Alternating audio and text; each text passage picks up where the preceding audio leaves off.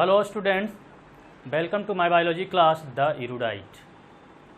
जैसा कि हम लोगों ने पिछले क्लास में देखा था सेल के स्ट्रक्चर के बारे में और सेल के टाइप के बारे में।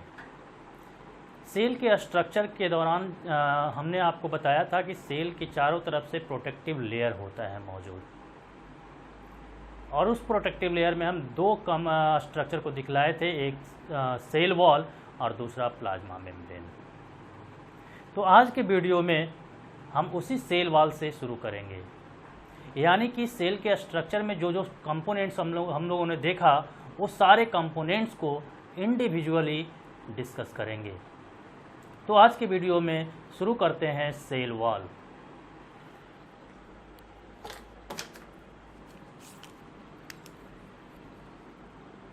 आज का टॉपिक हम लोग का है cell wall.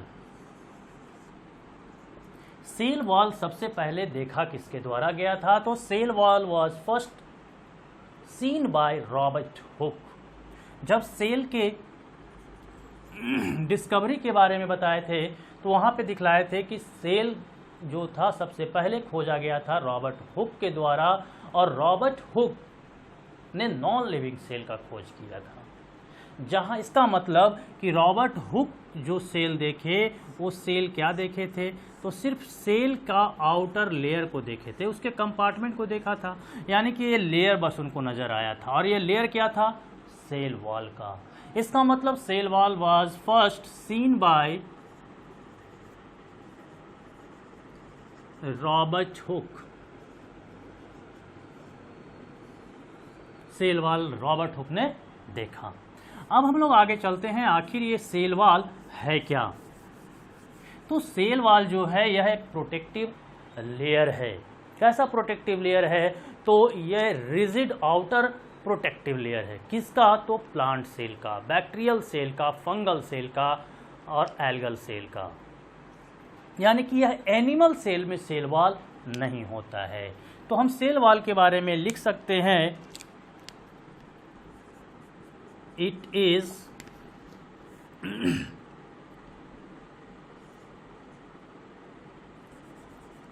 outer rigid semi transparent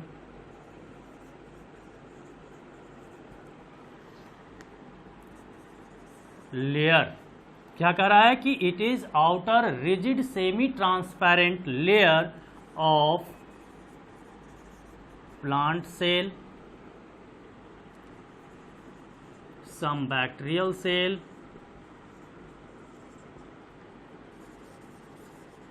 algal cell and fungal cell। यह cell plant cell, bacterial cell और एल्गल सेल और फंगल सेल के आउटर यानी कि बाहरी, रिजिड मतलब कठोर, सेमी ट्रांसपेरेंट मतलब पूरी तरह से आर पार नहीं हो दिखता है, यानी कि सेमी ट्रांसपेरेंट है, कुछ दिखता है कुछ नहीं दिखता है, धुंधला टाइप का लेयर ऑफ प्लांट सेल। तो ये प्रोटेक्टिव लेयर है। यहाँ पे हम एक टर्म जोड़ देते हैं, protective layer of plant cell. तो यह सेल वॉल हो गया। अब बात आती है कि सेल वॉल मोटा कितना होता है? तो thickness of cell wall, thickness of cell wall, the thickness of cell wall varies from 0.1 to 10 micrometre. कह रहा है कि इसका थिकनेस, सेल वॉल का थिकनेस 0.1 to 10 माइक्रोमीटर तक वैरी करेगा। माइक्रोमीटर, तो माइक्रोमीटर को हम लोग अगर कन्वर्ट करते हैं मीटर में तो 1 micrometre is equal to 10 to the power -6 metre, यानी कि 1 micrometre is equal to 10 to the power -6 metre. ये कन्वर्सन है। तो ये हो गया सेल वॉल।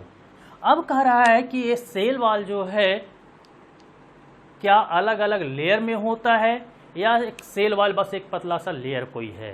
तो कहा जाता है कि सेल वॉल जो होता है ये 3 लेयर में बना होता है। इससे पहले हम ये जान लें कि सेल वॉल का केमिकल कंपोजिशन क्या होगा। तो सेल वॉल का केमिकल कंपोजिशन में वाटर मौजूद होता है अबाउट 60% सेल वॉल में क्या मौजूद, तो वाटर। उसके अलावे cellulose, Hemy cellulose, pectin, protein, यानी कि जो 40% रेस्ट बच गया है वाटर के अलावे, उसमें क्या क्या मिल गया, cellulose, Hemy cellulose, pectin, protein. तो ये केमिकल कंपोजिशन है किसका, सेल वॉल का। अब हम लोग देखते हैं cell wall is composed of 3 layers. Cell wall कितने लेयर का बना होगा, तो 3 लेयर का बना होता है। सबसे पहला लेयर मिडिल लैमिला। सबसे पहला लेयर क्या हुआ, middle lamella. Second layer primary wall and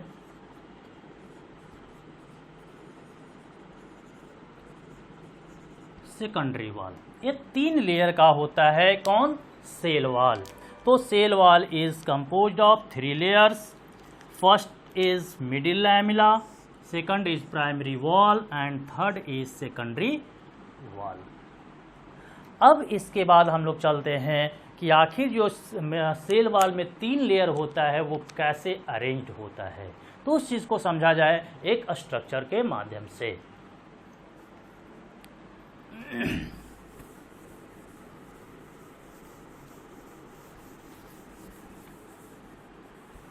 हम सेल वॉल बनाते हैं।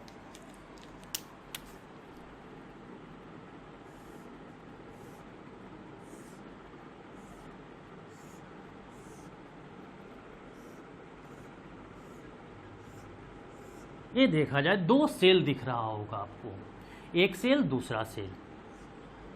यहाँ पे भी एक सेल है, एक सेल यहाँ पे भी है, एक सेल यहाँ पे भी, यहाँ पे भी, यहाँ पे भी, इधर भी एक सेल, इधर भी एक सेल, इधर भी सेल, यानी कि बहुत सारा सेल मौजूद है, जिसमें से हम लोग 2 सेल को लिए इस चीज़ को जानने के लिए कि सेल वॉल का अरेंजमेंट कैसा होता है, सेल वॉल का स्ट्रक्चर कैसा होता है। हमने कहा कि सेल वॉल जो होता है 3 लेयर से बना होता है।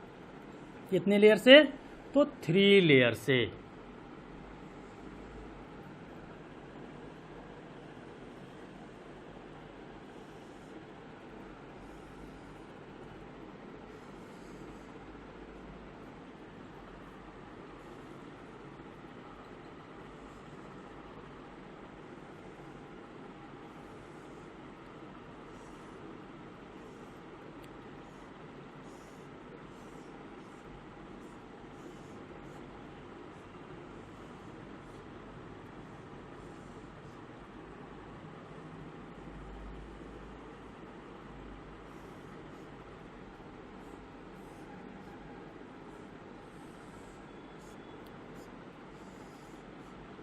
ये है 2 cell.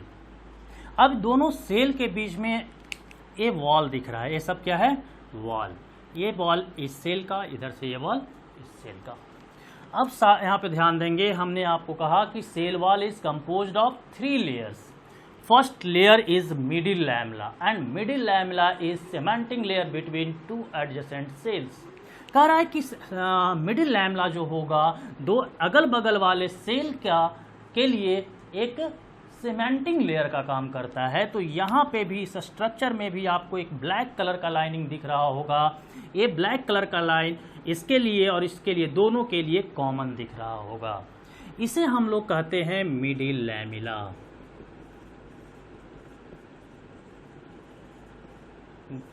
It is first layer of cell wall. इसके बाद ये जो बीच में दिख रहा है ब्लैक और ब्लू लाइन के बीच में एक जो खाली जगह दिख रहा है, यहाँ पे भी एक लेयर होगा सेल वॉल का। सपोज कर लीजिए ये इस तरह से हम रेड कलर से इसे ड्रॉ कर दिए, इधर भी कर दिए। तो ये रेड कलर का जो बीच वाला पोर्शन है ये है प्राइमरी वॉल।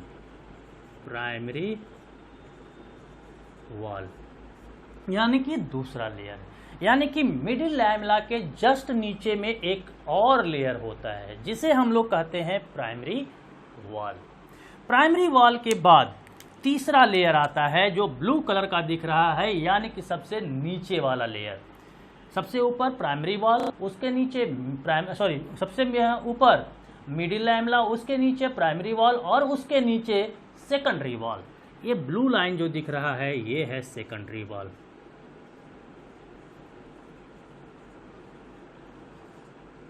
ये 3 लेयर हो गया किसका, सेल वॉल का। संभवतः आपको समझ में आ गया होगा, मिडिल लैमेला, प्राइमरी वॉल और ये सेकेंडरी वॉल। अब इसके बाद एक स्ट्रक्चर और मौजूद होता है जिसे हम लोग कहते हैं प्लाज्मोडेस्मा। ये प्लाज्मोडेस्मा है क्या, तो प्लाज्मोडेस्मा एक पोर है, छिद्र है, कहाँ पे, तो सेल वॉल पे, यानी कि cell wall contain a pore which is called plasmodesma which helps in transportation of substance between adjacent cell, जो कि मदद करता है एडजेसेंट सेल के बीच में सब्सटेंस को ट्रांसपोर्ट करने में। यानी कि इस सेल से इस सेल में अगर किसी सब्सटेंस को ट्रांसपोर्ट करना है तो उसके लिए वह रास्ता है, वह रास्ता कहलाता है प्लाज्मोडेस्मा। तो ये प्लाज्मोडेस्मा कहाँ है, इस यहाँ पे ध्यान देंगे, दिस इज प्लाज्मोडेस्मा।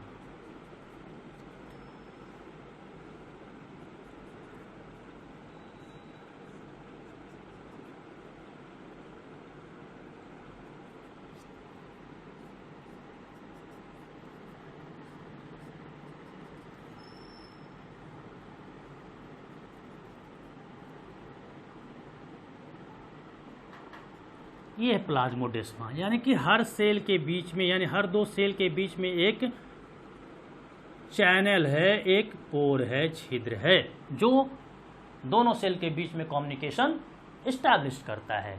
इस पोर को कहा जाता है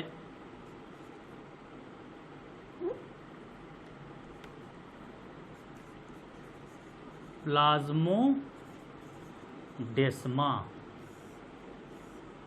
ये प्लाज्मोडेस्मा सिंगुलर, और इसी प्लाज्मोडेस्मा का प्लुरल फॉर्म होगा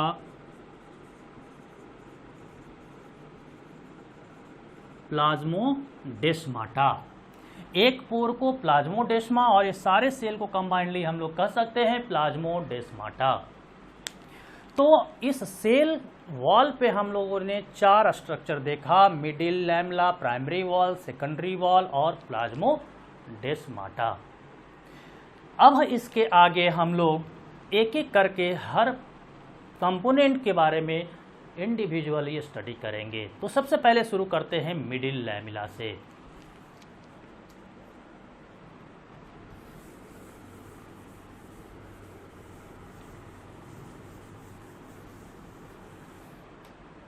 मिडिल लैमेला क्या है?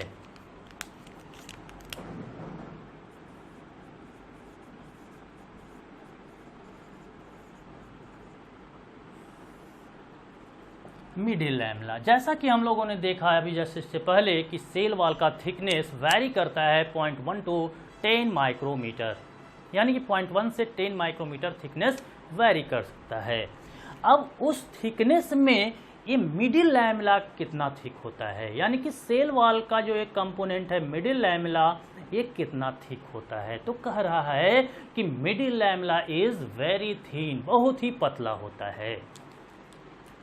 मिडिल लैमेला इज वेरी थीन। अब ये मिडिल लैमेला बहुत पतला होता है, लेकिन किधर होता है? तो जैसा कि अभी अभी हमने आपको बताया कि 2 एडजेसेंट सेल के बीच में सीमेंटिंग लेयर का काम करता है। दोनों सेल को, एडजेसेंट सेल को, अगल बगल वाले सेल को जोड़ करके रखने का काम करता है। तो हम लिखेंगे middle lamella, it act as cementing layer between adjacent cells। अगल बगल वाले सेल के बीच में सीमेंटिंग लेयर के रूप में यह एक्ट करता है। कौन? तो मिडिल लैमेला। और सीमेंट का काम क्या होता है? तो हम घर बनाते समय आप देखे होंगे कि दो ईंट को जोड़ने के लिए सीमेंट का यूज़ किया जाता है। यानी कि दो ईंट को जोड़ना है तो उसके बीच में एक पतला सा लेयर सीमेंट का डाल देते हैं। कुछ देर बाद वो दोनों ईंट दूसरे से जुड़ जाता है। यानी कि दोनों ईंट को जोड़ने के लिए सीमेंट का काम क्या हुआ? तो एडहेसिव का काम हुआ। उसी प्रकार से दो एडजेसेंट सेल को जोड़ने के लिए मिडिल लैमेला होता है और यह मिडिल लैमेला दोनों सेल को एक दूसरे से जोड़ करके रखता है और इस वजह से उस मिडिल लैमेला को कहा गया cementing layer between adjacent cell. अब बात आती है कि आखिर ये मिडिल लैमेला बना किस चीज का होता है? तो ध्यान देंगे, इट इज composed of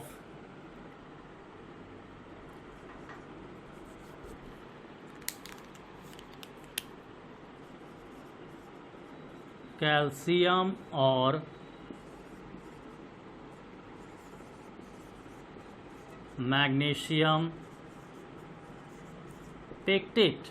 यह मिडिल लैमेला बना होता है कैल्शियम और मैग्नीशियम पेक्टेट का। ये आपका ऑब्जेक्टिव क्वेश्चन है।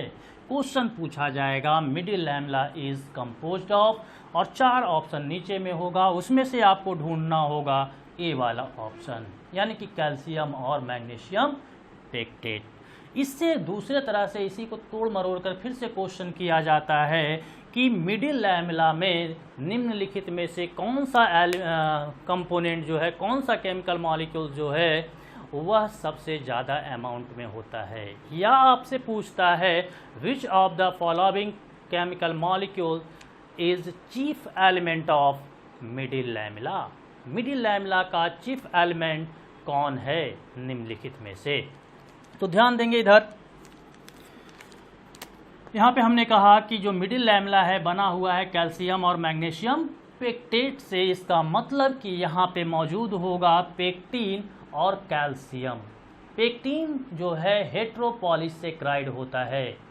हेट्रो मतलब डिफरेंट, पॉली मतलब मेनी और सेक्राइड मतलब शुगर। ऐसा कार्बोहाइड्रेट जो बहुत सारे मोनोसेक्राइड से यानी कि सिंपल शुगर से मिल करके बना है उसे कहते हैं पॉलीसेक्राइड। अब कहता है कि अगर उसमें बहुत सारा मोनोसेक्राइड्स मिले होंगे और वह सारे मोनोसेक्राइड्स अलग अलग टाइप के होंगे तो वह कहलाएगा हेट्रोपॉलीसेक्राइड। हेट्रो मतलब डिफरेंट और होमो मतलब सेम। तो पॉलीसेक्राइड दो तरह का, हेट्रोसेक्राइड एंड होमोसेक्राइड। और यह पेक्टीन जो है ये पेक्टीन हेट्रोसेक्राइड होता है। तो यहाँ पे कंपोजिशन जो देखेंगे तो ये पेक्टीन है और इस पेक्टीन के साथ में क्या जुड़ा होगा? कैल्शियम आयन और मैग्नीशियम आयन Ca2+ या Mg+2 यानी कि पेक्टीन के साथ में कैल्शियम आयन हो या मैग्नीशियम आयन जुड़ा हुआ हो तब उसे कंपाउंड को हम कहेंगे कैल्शियम और मैग्नीशियम पेक्टेट। अगर कैल्शियम जुड़ा होगा तो कैल्शियम पेक्टेट, मैग्नीशियम जुड़ा होगा तो मैग्नीशियम पेक्टेट। ये बन गया कैल्शियम मैग्नीशियम पेक्टेट। अब यहाँ पे याद रखने वाली बात है कि ये तो मिडिल लैमेला का कंपोजिशन हो गया, ये दोनों मिलकर मिडिल लैमेला का फॉर्मेशन कर लिया, लेकिन इन दोनों में से सबसे ज़्यादा कौन है और कम कौन है? इसी वजह से पेक्टीन इसमें से पेक्टीन जो है वह अबंडेंट होता है, प्रचुर मात्रा में होता है, ज़्यादा संख्या में होता है। यानी कि पेक्टीन इज मोस्ट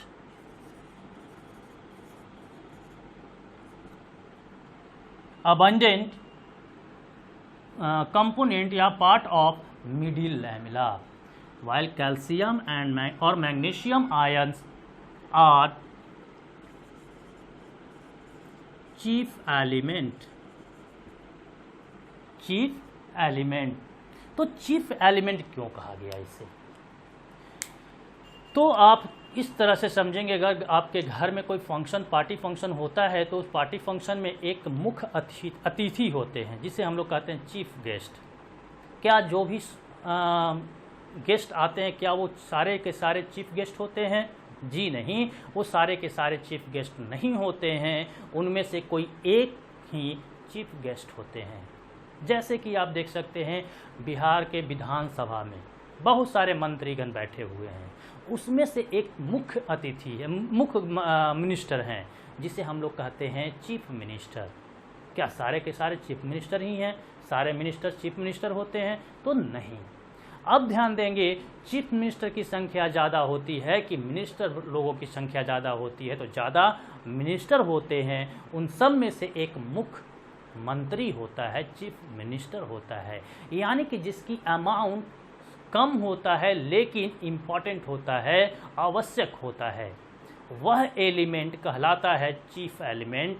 और यहाँ पे इस मिडिल लैमेला के केस में कैल्शियम और मैग्नीशियम का महत्व जो है बहुत ज़्यादा है, भले ही एक कम अमाउंट में मौजूद होता है, इस वजह से इसे कहा गया चीफ एलिमेंट। ये ऑब्जेक्टिव क्वेश्चन है, इस वजह से इसके बारे में हम इतना एक्सप्लेनेशन दे रहे हैं ताकि आपको याद ना करना पड़े, बस दिमाग में ये सेट हो जाए।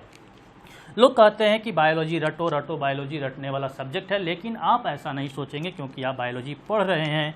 तो बायोलॉजी पढ़ने वाले को ऐसा ना लगना चाहिए कि बायोलॉजी रटने वाला चीज़ है। और जहाँ तक रटने की बात है तो चाहे वो फिजिक्स हो, चाहे केमिस्ट्री हो, चाहे वो मैथ हो, हर जगह पे कुछ चीज़ को रटने की आवश्यकता पड़ती है। मैथमेटिक्स को ले लीजिए तो मैथमेटिक्स में भी फॉर्मूला रटना पड़ता है, फिजिक्स में फॉर्मूला रटना पड़ता है। अगर कहा जाए कि फ्रिक्शन क्या होता है तो उसे डिफाइन करने के लिए डेफिनेशन रटना पड़ता है, यानी कि रटने वाली व्यवस्था हर जगह है। तो ऐसा नहीं कि बायोलॉजी में सिर्फ रटना ही है। यहाँ तक हमने आपको बताया मिडिल लैमेला के बारे में। अगर आप इस वीडियो को ध्यान से देख रहे होंगे तो हमें नहीं लगता कि इसे रटने की आपको आवश्यकता है।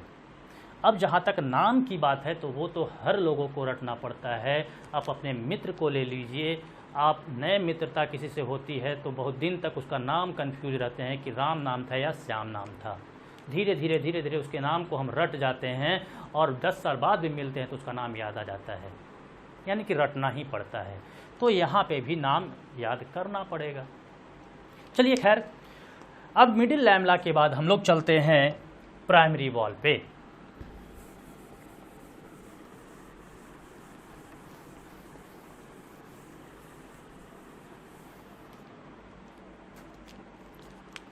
नेक्स्ट सेल वॉल का लेयर है प्राइमरी वॉल। प्राइमरी वॉल होता क्या है?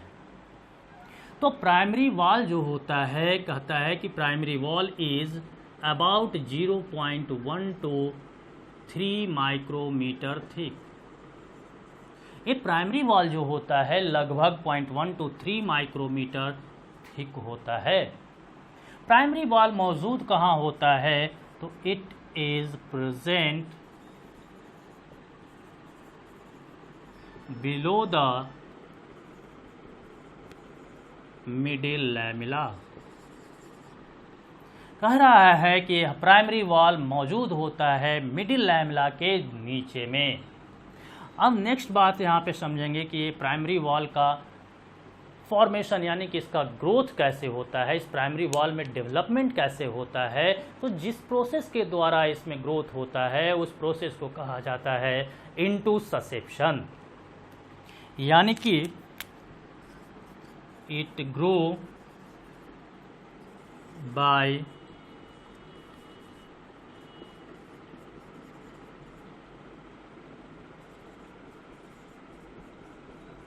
इंटूससेप्शन।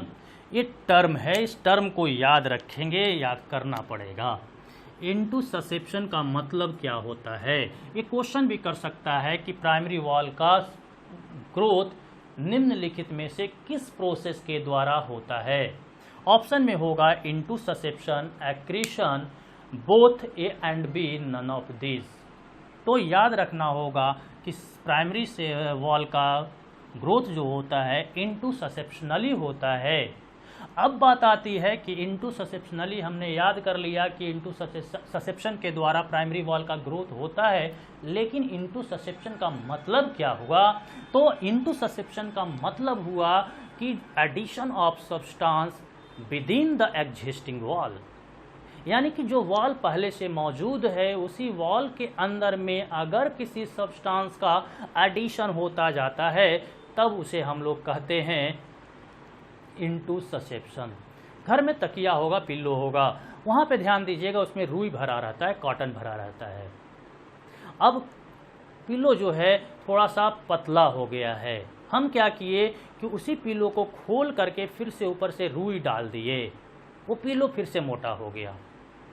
तो क्या हम बाहर से कोई उस पर एक लेयर चढ़ा दिए मोटा करने के लिए? नहीं, उसी पिल्लो में हम कुछ और रुई को डाल दिए, कॉटन्स को डाल दिए और वह मोटा हो गया, यानी कि वो ग्रो कर गया। उसी तरह से अगर सपोज कीजिए कि ये सेल वॉल है और इसी सेल वॉल के अंदर में ही, यानी कि इसी के अंदर में ग्रोथ हो रहा है, इसी के अंदर में ही न्यूट्रिएंट्स का या फैट का या किसी और प्रोटीन का डिपोजिशन हो रहा है, एडिशन हो रहा है। और जब इसके अंदर डिपोजिशन होगा तो ये मोटा होता चला जाएगा। जैसे कि हम लोग खाना खाते हैं, खाना बहुत खाते रहते हैं, देखते होंगे कि वो धीरे धीरे फैटी होता चला जाता है, मोटा होता चला जाता है। क्या उसके बदन पे हम बाहर से कोई लेयर लगा दिए हैं मोटा करने के लिए? नहीं, वो जो मोटापा आया है उसके शरीर के अंदर से ही आया है। और इस तरह के प्रोसेस को कहते हैं इनटू ससेप्शन, यानी कि it grow by intussusception, that is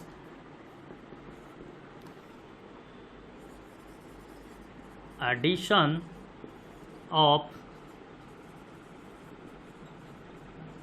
substances within the existing wall।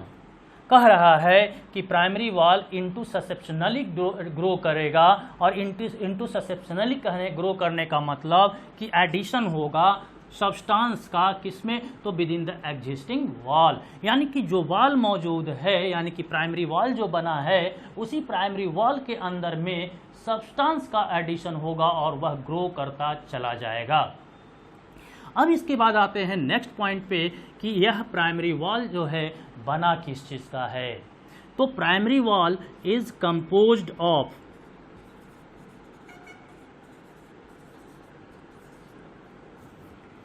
Cellulose, hemicellulose,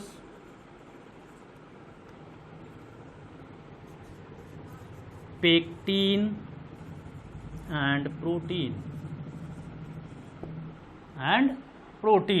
यानी कि प्राइमरी वॉल, जैसा कि आप लोग लोअर जूनियर क्लासेस में पढ़े होंगे, cell wall is composed of cellulose. Cell wall जो होता है बना होता है सेल्यूलोज का। उसी में यहाँ पे कुछ और कंपोनेंट्स मौजूद होते हैं सेल वॉल में, सेल्यूलोज के अलावा हेमी सेल्यूलोज, पेक्टिन और प्रोटीन। सेल्यूलोज होता क्या है? तो सेल्यूलोज इज कार्बोहाइड्रेट। कैसा कार्बोहाइड्रेट? तो पॉलीसेक्राइड। पॉलीसेक्राइड में भी कैसा पॉलीसेक्राइड? तो होमोपॉलीसेक्राइड। यानी कि यह सेल्यूलोज बना होता है सिमिलर टाइप के मोनोसेक्राइड से, और वह मोनोसेक्राइड कौन होता है? तो ग्लूकोज होता है। यानी कि हजारों हजार की संख्या में ग्लूकोज मॉलिक्यूल्स आपस में बाइंड करता है और एक कॉम्प्लेक्स मॉलिक्यूल्स का फॉर्मेशन करता है, जिसे हम लोग कहते हैं सेल्यूलोज। इस सेल्यूलोज कैसा बना होता है, एक चैप्टर आपको पढ़ना है बायोमॉलिक्यूल्स, वहाँ पे इस सारी चीज़ों के बारे में हम एक्सप्लेन करेंगे। तो यह है सेल्यूलोज। सेल्यूलोज के बाद आता है हेमी सेल्यूलोज। सेल्यूलोज के बाद क्या आ गया? Hemicellulose. हेमी सेल्यूलोज भी कार्बोहाइड्रेट, पेक्टिन भी कार्बोहाइड्रेट, प्रोटीन कार्बोहाइड्रेट के अलग। प्रोटीन जो है ये भी एक ऑर्गेनिक मॉलिक्यूल्स है, कार्बन, हाइड्रोजन और नाइट्रोजन से मिलकर बना होता है। इस प्रोटीन को कहा जाता है building block of all organism, या बिल्डिंग ब्लॉक के रूप में मौजूद होता है प्रोटीन। तो ये था प्राइमरी वॉल। अब इस प्राइमरी वॉल के बाद हम लोग स्टडी करेंगे नेक्स्ट वॉल के बारे में, नेक्स्ट लेयर के बारे में, वो है सेकेंडरी वॉल। चलिए देखते हैं कि सेकेंडरी वॉल कैसा होता है।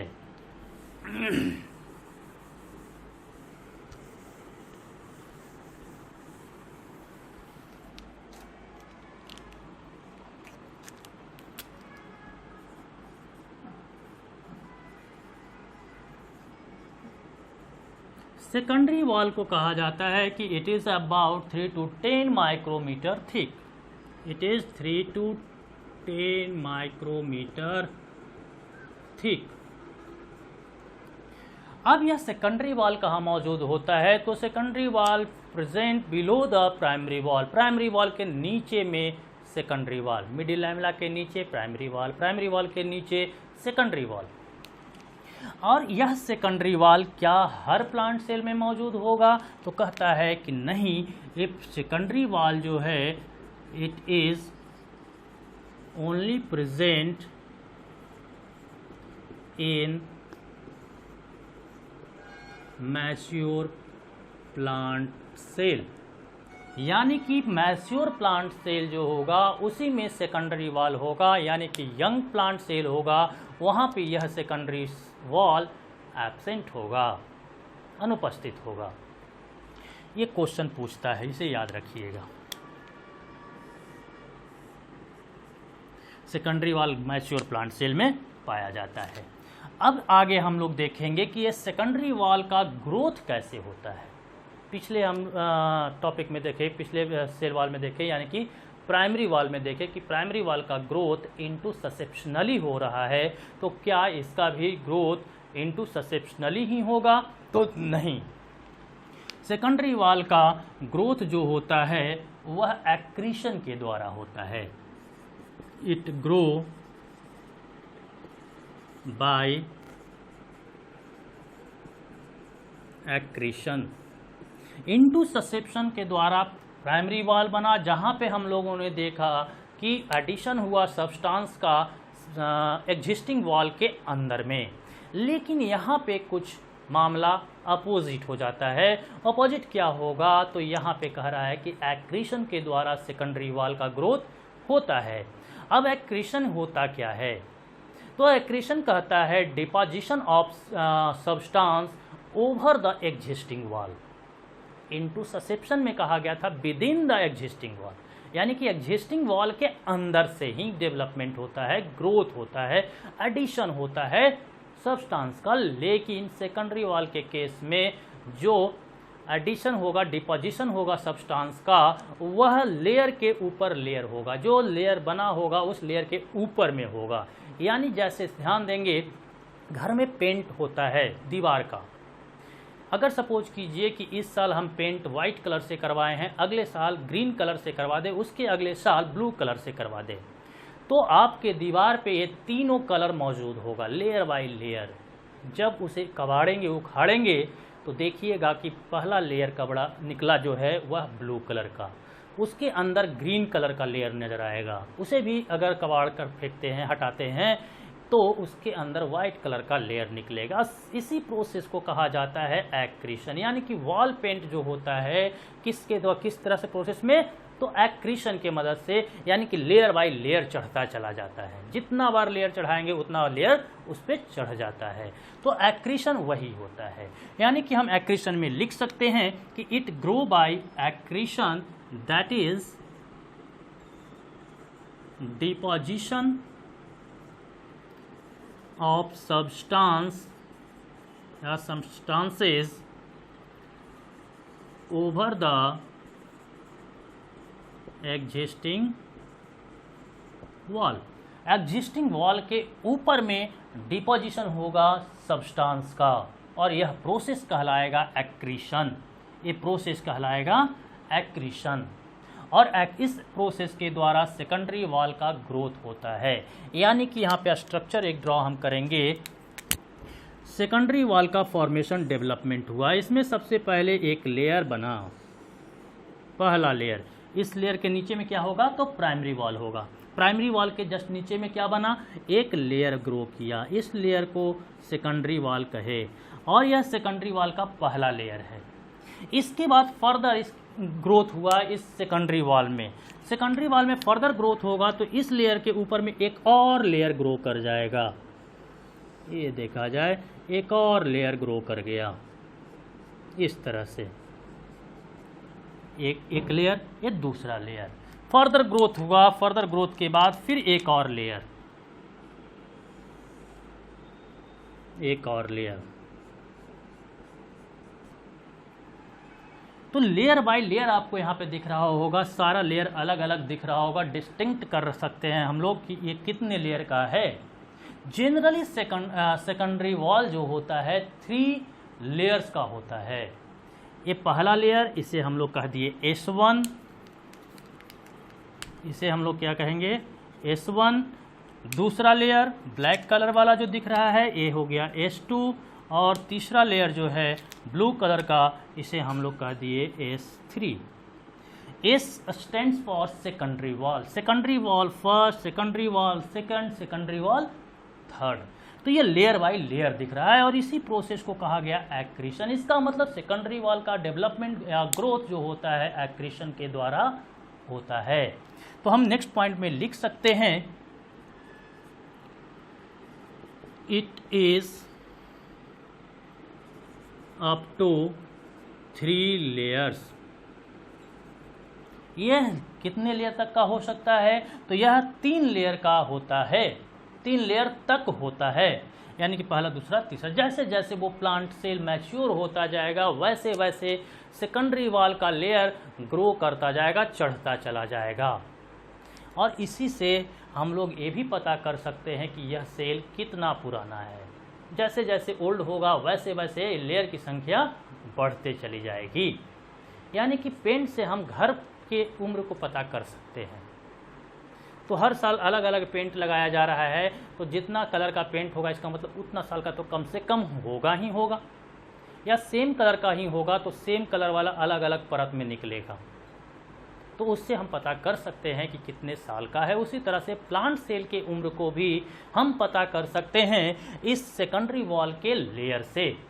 तो यहाँ पे लिखा गया कि it is up to 3 layers, यह 3 लेयर तक होता है। अब बात आती है कि सेकेंडरी वॉल बना किस चीज़ का होगा। तो secondary wall is also composed of same component of primary cell wall, यानी कि प्राइमरी सेल वॉल जिस कंपोनेंट का बना होगा उसी कंपोनेंट का ये भी सेकेंडरी वॉल भी मौजूद बना होता है। लेकिन यहाँ पे कुछ और भी एक्स्ट्रा कंपोनेंट्स मौजूद होते हैं। तो it is composed of cellulose, hemicellulose, pectin,